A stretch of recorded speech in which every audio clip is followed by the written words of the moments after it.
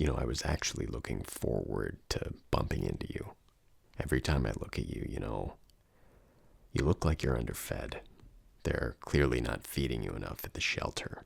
I know you ask for second rations, but they don't give it to you because you, ironically, steal everybody else's portions. Can't seem to keep the weight on. You eat for 4, but it's funneling into a little snake inside you. Snake likes it in there because of the habitat. It would be an inhospitable habitat for most, but this snake shares a few of your values and traits in general. Could be described as a bacterial haven for parasites. They would thrive inside you too. I thought you would have been done by now, but you keep going.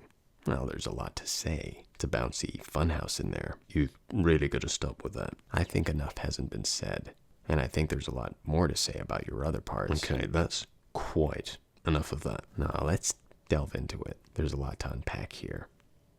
First things first, you're unsightly. Okay.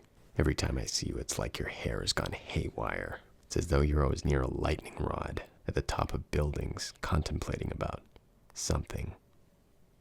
You know what? I don't know, and you're wrong, but I did know what you were insinuating, so I don't appreciate that at all. You don't appreciate much, though. You've been given great things and taken them for granted. You seem to not realize what you have. That gal of yours, having her in your life is a blessing, and you don't even realize it. She's great. Beyond that, I let her slip from my grasp. I will always regret it. I made some mistakes, and I lost her to a dullard like you. Okay, really, you make it seem like you're some king or something. I don't think you're a terribly capable person, and you're certainly not at my level. It would maybe take a lifetime or two for you to be somewhere around my vicinity in terms of status, ability, importance, general social standing. You don't really possess the greatest qualities, though you think you do, but you don't. You never have, you've never been taken seriously in your life, and you want that. You've missed it. You've longed for it. You've longed for people to see you, only they never will. So you linger in this way around people like me who elevate you, at least in your mind, because that's really the only way that you'll live that or envision. Because again, that's the best you can do, envision things that aren't your life. You have a lot of vigor, but you remind me of a mouse.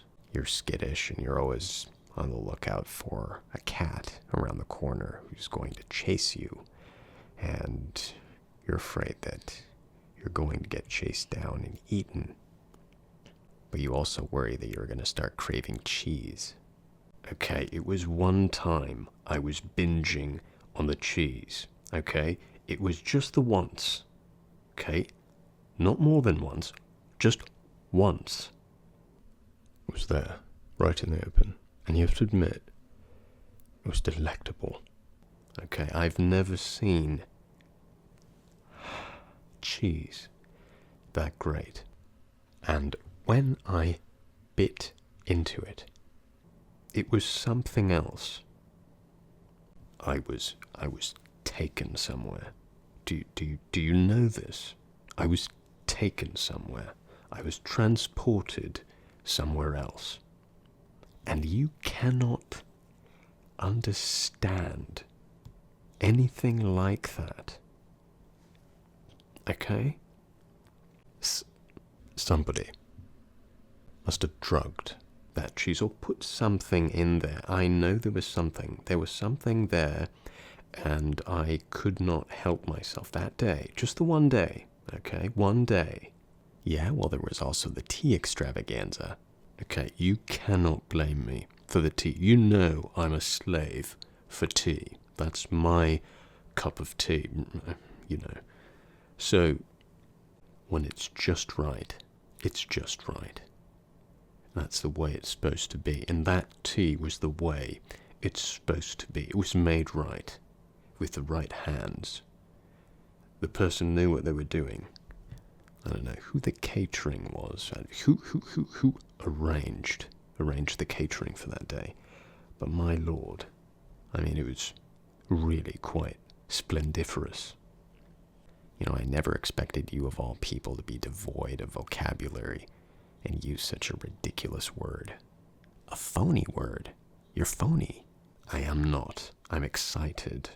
And that's why I used that word. I'm very excited about all this, okay? I am not myself. And you've taken me here.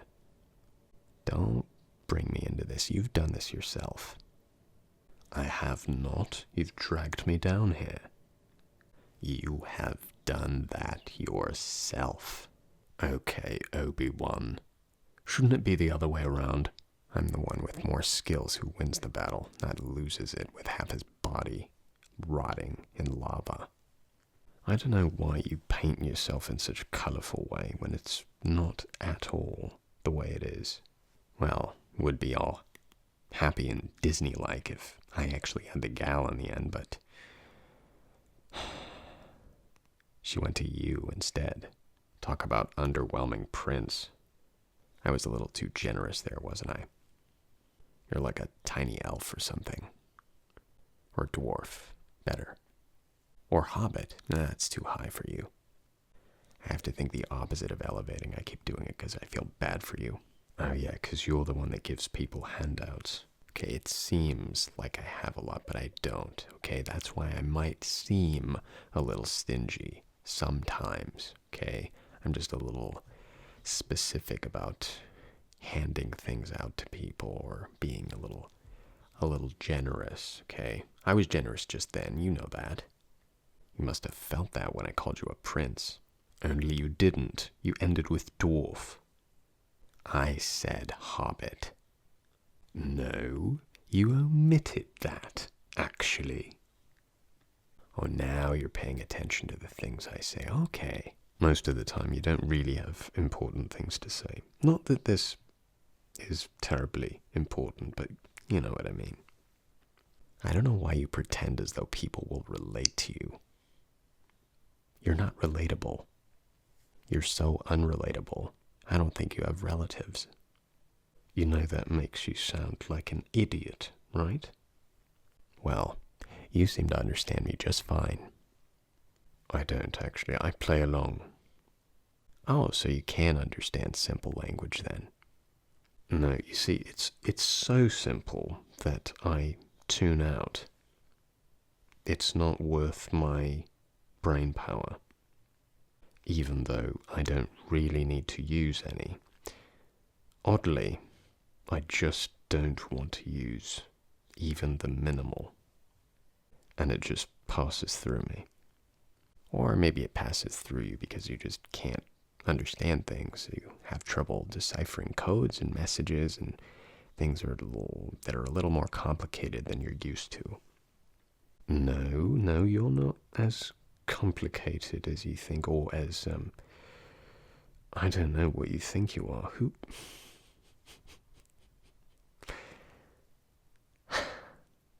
You're no brain surgeon, okay?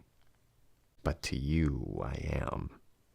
I think I'm the long-lost sage you've been awaiting your whole life and dreaming about through the nights and days.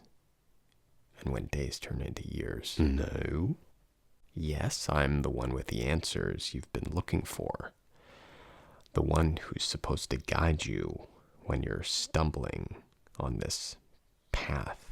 I don't know why you chose a cobblestone path, but it looked pretty, and so you wanted to walk upon it. I didn't, actually, and I know you're referring to the one day that I was walking on that pathway. When we had to choose a pathway, I chose the cobblestone pathway. It did look very nice, admittedly.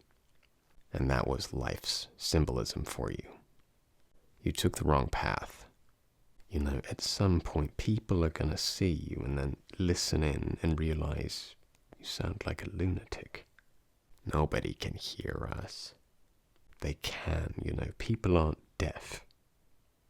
There's a lot of white noise. You worry too much. You're scared of everything. I told you you're like a mouse. I'm not like a mouse. Take that back. You are like a mouse. Just squeak already. The only thing you have on me is I do have a fondness for cheese.